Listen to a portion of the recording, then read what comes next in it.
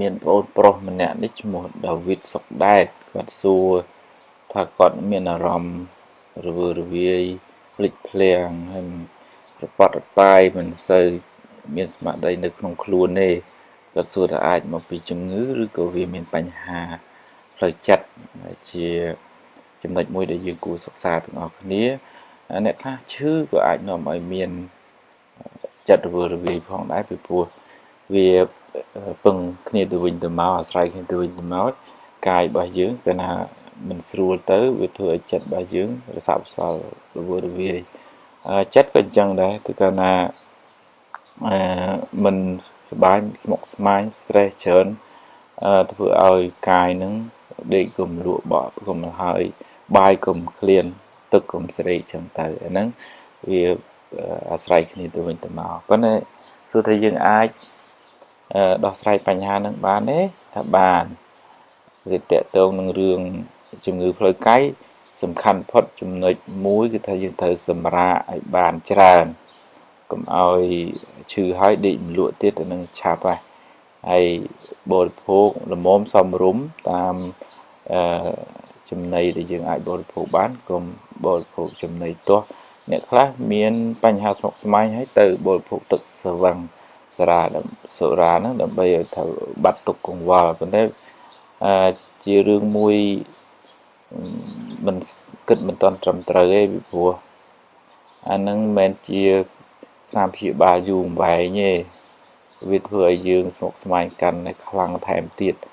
វាដូចជាថាដាក់ថ្នាំសណ្ដំអញ្ចឹងដាក់ថ្នាំសណ្ដំកុំឲ្យវះឈឺវាមិនមែនជាថ្នាំព្យាបាលទេវាគ្រាន់តែថាដាក់ទៅដើម្បីកុំឲ្យឈឺប៉ុណ្ណឹងពេកទេប៉ុន្តែគោលបំណងរបស់យើងមិនមែនគ្រាន់តែដាក់ថ្នាំសណ្ដំប៉ុណ្ណឹងទេគោលបំណងរបស់យើងគឺព្យាបាលជំងឺហើយការផឹកស្រាដើម្បីភ្លេចទុកដូចដាក់ថ្នាំសណ្ដំអញ្ចឹងត្រឡប់មកវិញថាបើមានជំងឺផ្លូវកាយចាំបាច់សម្រាកឲ្យបានហើយនឹងបរិភោគឲ្យបានមានកម្លាំងហើយព្យាបាលហើយនឹងសំខាន់មួយទៀតគឺថាកុំពិបាកចិត្តកុំស្មុគស្មាញកុំឲ្យឈឺឲ្យគិតទៅអញមើលទៅចិត្តស្លាប់ហើយមើលទៅរស់បានយូរឯងបាក់ចិត្តទៅស្មុគស្មាញទៅអស់កម្លាំងខ្លួនឯងទៅរត់ទៅមែនតើណាអានឹងបញ្ហាផ្លូវកាយយើងអាចដោះស្រាយអញ្ចឹងបានប៉ុន្តែរឿងបញ្ហាផ្លូវចិត្តត្រូវមានបច្ចេកទេសក្នុងការទាញចិត្តកុំឲ្យវារវើរវាយអ្នកដែលរវើរវាយច្រើនហ្នឹងដោយសារចិត្តហ្នឹងវាមិនស្ងប់វាមិននឹងណោចេះបដែតបដោយចិត្តឲ្យទៅតាមអារម្មណ៍ទៅណាក៏ទៅនឹងអញ្ចឹងទៅឲ្យគិតទៅចេះទៅតាមទៅរហូតអញ្ចឹងទៅហើយអារម្មណ៍មិនសូវនៅក្នុងខ្លួនទេត្រឡប់មកវិញគឺថារៀនមានស្មារតីនៅក្នុងខ្លួនឲ្យបានច្រើនកុំបដែតបដោយចិត្តឲ្យទៅតាមការរវើរវាយនឹងច្រើនពេកពេលចិត្តបដោយទៅតាមរឿងនឹងផ្សេងទៅទាញត្រឡប់មកវិញមានស្មារតីទាញចិត្តហ្នឹងកុំឲ្យវាទៅតាមលួងលួចច្រើនពេកស្មារតីហ្នឹងមានគ្រប់ពេលវេលាទាំងអស់ពេលដេកដើរឈរអង្គុយស៊ីចុកបុកតាពីនិយាយស្ដីឲ្យទាំងអស់ហ្នឹងត្រូវមានស្មារតីនៅក្នុងខ្លួនតាមដានការបត់ដៃលើកដៃជប់ទប់ទឹកស្លៀកពាក់ខោអាវមានស្មារតីជានិច្ចកាល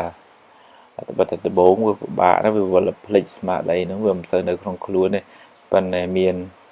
ការតាំងចិត្តមួយពេលដឹងខ្លួនគឺថាតាមដានចិត្តហ្នឹងឲ្យបានរឿយទៅអញ្ចឹង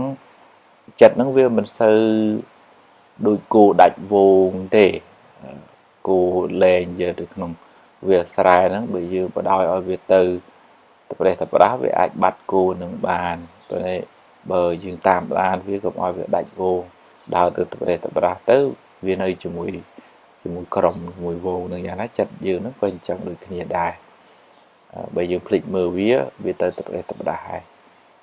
សតិស្មារតីហ្នឹងជាអ្នកកងវាជាអង្គរៈការពារចិត្តរបស់យើងកុំឲ្យមានគ្រោះថ្នាក់គ្រប់អេរិយាបថទាំងអស់លេខដើរឈរអង្គុយនិយាយស្ដីហូបបាយ ឬក៏ថាមើលទូលេង Facebook ចុចទូរស័ព្ទអីស្អីទាំងអស់ហ្នឹងគឺថាមានស្មារតីនៅជាមួយខ្លួនជានិច្ចដឹងថាខ្លួនឯងកំពុងតែធ្វើកិច្ចការងារហ្នឹងកុំឲ្យកំពុងតែចូលបន្ទប់ទឹកចិត្តគិតនៅអ៊ីអនចិត្តនៅគិរីរំចិត្តនៅសាសូរិយានោះវាអត់នៅខ្លួនសោះហើយដល់អញ្ចឹងទម្លាប់អត់មានស្មារតីនៅក្នុងខ្លួនហ្នឹងដល់ពេលចិត្តរវើរវាយពិបាកអាហ្នឹងជាបច្ចេកទេសមួយបច្ចេកទេសមួយទៀតការធ្វើសមាធិជាការនាំឲ្យចិត្តហ្នឹងនៅក្នុងខ្លួនបានច្រើនការធ្វើសមាធិហ្នឹងគឺផ្ចង់អារម្មណ៍ទៅលើរបស់អីមួយឲ្យបានយូររវើរវាយដោយសារយើងមិនចេះគងឬក៏ផ្ចង់អារម្មណ៍ទៅលើរបស់អីមួយទេឧបមាថាវិធីសាស្ត្រការផ្ចង់អារម្មណ៍ទៅលើខ្យល់ដកដង្ហើមចេញខ្យល់ដកដង្ហើមចូលជាងចាស់ចឹងចិត្តរបស់យើងផ្ដោតទៅលើដង្ហើមចេញដង្ហើមចូលយើងមិនប្រឹងទេដង្ហើមយើងនោះវានៅធម្មតាអញ្ចឹងប៉ុន្តែមានស្មារតីមួយគ្រាន់តែតាមដានដឹងខ្យល់ចេញខ្យល់ចូលខ្យល់ចេញខ្យល់ចូលអញ្ចឹងរៀនទម្លាប់ចិត្តហ្នឹងឲ្យផ្គងឲ្យផ្ចង់ហើយដល់ពេលយើងទម្លាប់ចឹងយូរទៅយើងអាចប្រកបវិជ្ជាចិត្តយើងបានណាបើយើងមិនចង់គិតរឿងហ្នឹងវាអត់ទៅគិតទេយើងគិតរឿងអ្វីណាដែលនាំឲ្យយើងសប្បាយចិត្តឬក៏ថាអ្នកខ្លះមានឧបនិស្ស័យចម្រើនមេត្តាភាវនាអញ្ចឹងហ៎ចម្រើនចិត្តហ្នឹងឲ្យវាត្រជាក់ជាមួយខ្លួនឯងចម្រើនមេត្តាភាវនាហ្នឹងឧបមាដូចថាយើងចង់មានសេចក្តីប្រាថ្នាចង់ឲ្យខ្លួនយើងបានសុខអញ្ចឹងសូមឲ្យខ្ញុំបានសុខសូមឲ្យខ្ញុំរួចផុតពីទុក្ខសូមឲ្យខ្ញុំបានសុខសូមឲ្យខ្ញុំរួចផុតចាកទុក្ខឲ្យចិត្តហ្នឹងវានៅក្នុងខ្លួនឯងហ្នឹងយើងប្រកបចិត្តហ្នឹងយើងមិនបាននិយាយចឹងចេញមកឯងក្នុងការធ្វើសមាធិប៉ុន្តែក្នុងចិត្តហ្នឹងផ្ដោតទៅលើផ្ដល់សេចក្តីសុខឲ្យខ្លួនឯងហើយយើងតើយើងចេះស្រឡាញ់ខ្លួនឯងបានយើងចេះស្រឡាញ់អ្នកដទៃហើយបន្ទាប់មកសូមឲ្យសពសត្វទាំងអស់នៅជុំវិញខ្លួនយើងហ្នឹងបានសេចក្តីសុខសូមឲ្យសពសត្វទាំងអស់ជុំវិញខ្លួនយើងនឹងបានសេចក្តីសុខរួចផុតចាកទុក្ខចឹងទៅទាំងសត្វនៅខាងលើខាងក្រោមខាងលិចកើតខាងជើងត្បូងសូមឲ្យសពសត្វទាំងអស់មានសេចក្តីសុខសូមឲ្យសពសត្វទាំងអស់ប្រាសចាកពីសេចក្តីទុក្ខចឹងរៀនហាត់ពុតលួតដំចិត្តឲ្យស្ថិតនៅក្នុងអារម្មណ៍ជ្រះថ្លាល្អអញ្ចឹងយើងបានសេចក្តីសុខហើយយើងសំហ្នឹងវាមិនអាចធ្វើមួយថ្ងៃបានទេការហាត់ពុតលួតដំចិត្តរើសយកអារម្មណ៍ល្អឧបមាដូចថាយើងត្រូវការសុខភាពផ្លូវកាយល្អនោះទៅការបរិភោគអាហារដែលមានអនាម័យមានជីវជាតិល្អហើយចេះរើសកុំចេះតែហូបតែប្រទេសរបស់យ៉ាងណាចិត្តរបស់យើងក៏អញ្ចឹងដែរដើម្បីឲ្យចិត្តនឹងវាមានសុខភាពល្អរឹងមាំតើយើងរើសយកចំណីរបស់វាគឺអារម្មណ៍នឹងឲ្យបានល្អកុំចេះតែគិតទៅពីអាខឹងអាមួអាម៉ៅគេរឿងអាក្រក់ពីគេនឹងចេះតែតាមដានរឿងកាប់ចាក់លួចឆក់ប្លន់ចាប់រំលោភគ្រោះថ្នាក់ចរាចរណ៍គេវាយគេទាត់គេធាក់នឹងចេះតែមើលចេះតែតាមដានចឹងទៅវាខូចសតិអារម្មណ៍នឹងអស់ហើយយើងដូចថាចំណីអាហារហ្នឹងវាហូបតែពីទៅទៅវាឈឺកាពះឈឺពោះវៀនអស់ហើយតែយើងចេះរើសយកម្ហូបសម្រាប់រូបរាងកាយយើងក៏ទៅចេះរើសអារម្មណ៍សម្រាប់វាមកឲ្យចិត្តគិតហ្នឹងក៏ត្រូវតែរើសដែរបើមិនរើសទេយើងមានគ្រោះថ្នាក់ទាំងសងខាងអញ្ចឹងជារឿងល្អណាស់ដែលយើងត្រូវសន្សំស្មារតីជានិច្ចកាលក្នុងជីវិតជាប្រចាំបើមានពេលគឺត្រូវធ្វើសមាធិដើម្បីឲ្យចិត្តហ្នឹងវានឹងរៀនទម្លាប់ចិត្តប្រកបចិត្តហ្នឹងឲ្យបាននឹងយើងអាចនឹងជួយស្មារតីរបស់យើងឲ្យរឹងមាំឡើងវិញ A friend on Facebook asked me about his feeling is not so good. His mind, he cannot control his mind well. It seems not very fresh for him. So is it caused by physical illness or mental illness? That is a problem we may face, even not in the same way as David so bad facing, but we may have faced some in some different situations, but the same symptom, and we should be able to find ways to take care of our own physical health and mental health. It can be caused by physical health. If we got sick, we may get that kind of feeling, unstable, unhappy and sad feeling, because we have two bodies, physical body and mental body, and they are interdependent. They depend on one another. If the body is not good, is sick,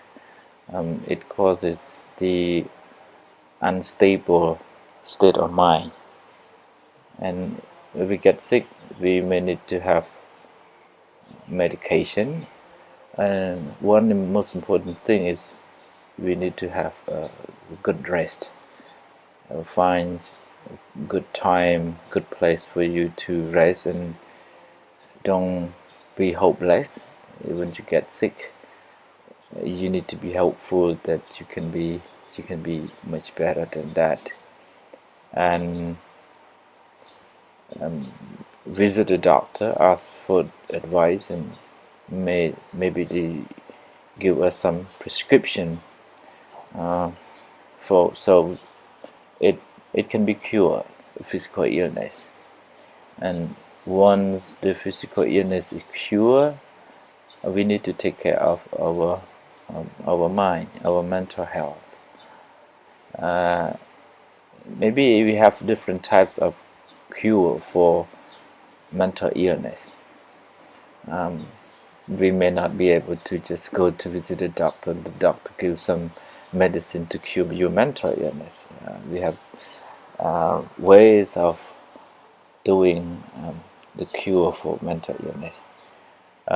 One important thing is to observe your mind, your feeling every day. The capacity to observe it, to take care of your mind, it is the indicator for your good mental health,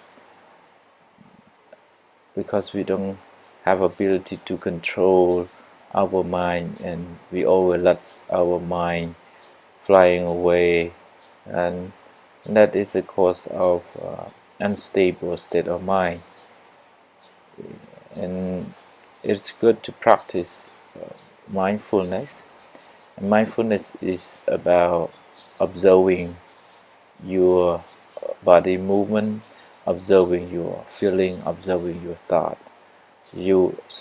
become the observer of everything inside you. Even though you have unhappy feeling, you have sad feeling, mindfulness still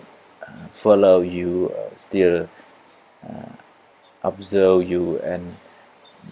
guide you in a better path. Maybe if you think of something that make you unhappy, mindfulness bring you a better thing that make you feel better. Don't just focus on something that you are unhappy. Focus on something else that make you happy. And the practice of mindfulness, it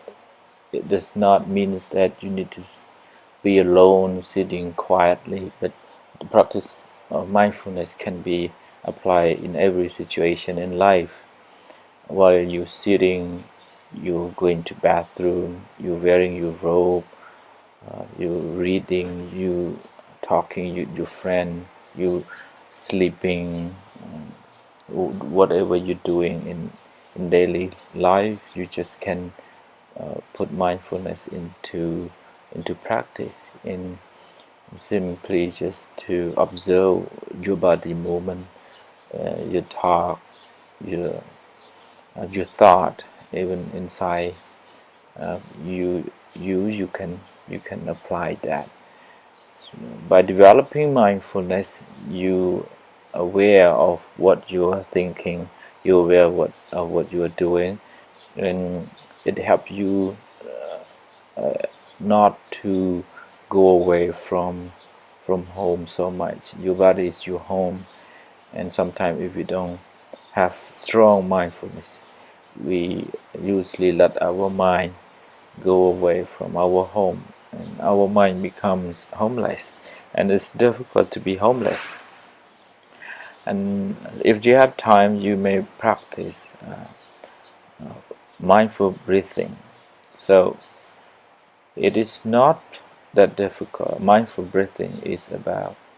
observing your breathing in and breathing out. Let your breath come out and go in naturally. You don't force it to breathe long or short. Let it be.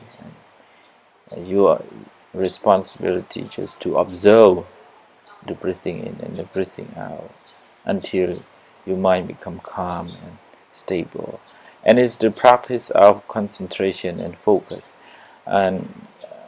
the unstable of mind is caused by lack of the ability to focus, to concentrate. And mindfulness is about training your mind to concentrate one thing at a time. And in a pretty long period of practice, you build up that ability to focus, to concentrate well, and you might get better by having mindfulness practice day in and day out, and try to take care of your feeling, your mind, your body movement. So mindfulness is everywhere with you, like the bodyguard, always protect you from danger, and it is important, and we need to take care of our mind. And when we have good physical health and we have strong mental health, we can live happily.